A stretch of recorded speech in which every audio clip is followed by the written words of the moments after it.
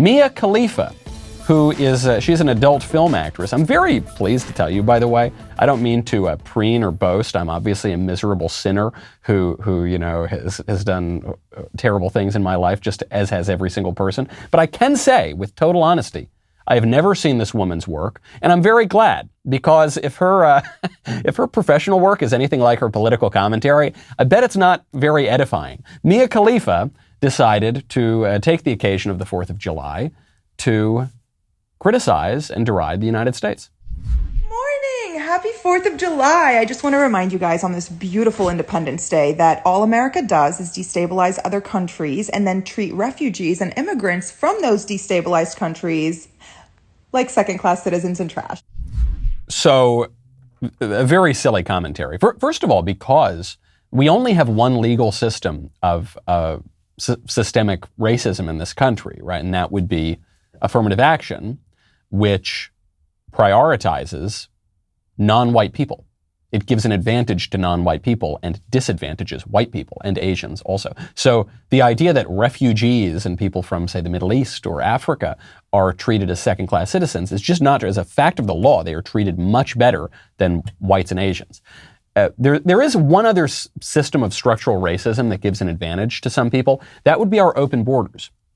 So our open borders gives huge immigration priority to Latin Americans instead of other groups from around the world. Again, though, to non-white people. So her argument here, completely ridiculous. But then let's take the first part seriously. She said all the United States does is destabilize other nations.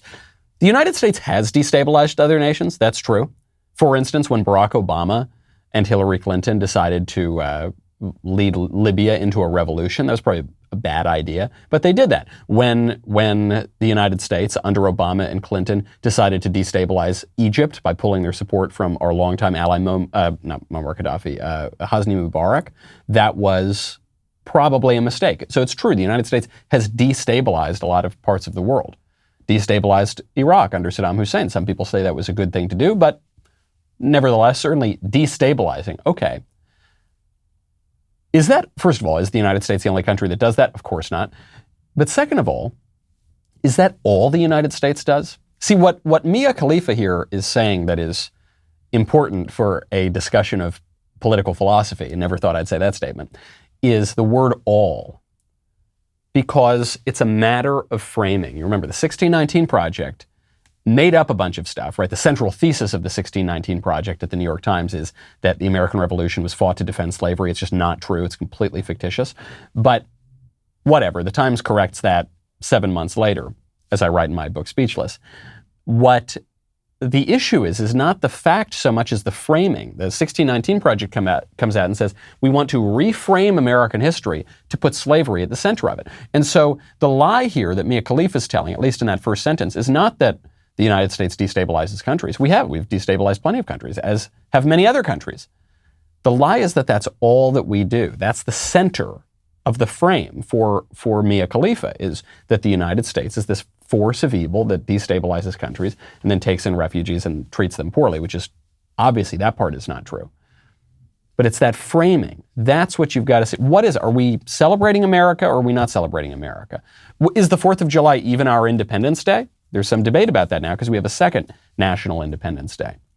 The Juneteenth holiday, which you might call Critical Race Theory Day. I mean, the Juneteenth holiday, which was a local tradition in Galveston, Texas, it became a national holiday because of these radical leftist race hustlers. Those were the people who were pushing for it. That was the argument that they were giving for the holiday on the floor of Congress.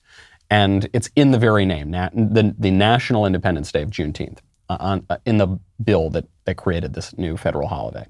When they tell you that, you got to believe them.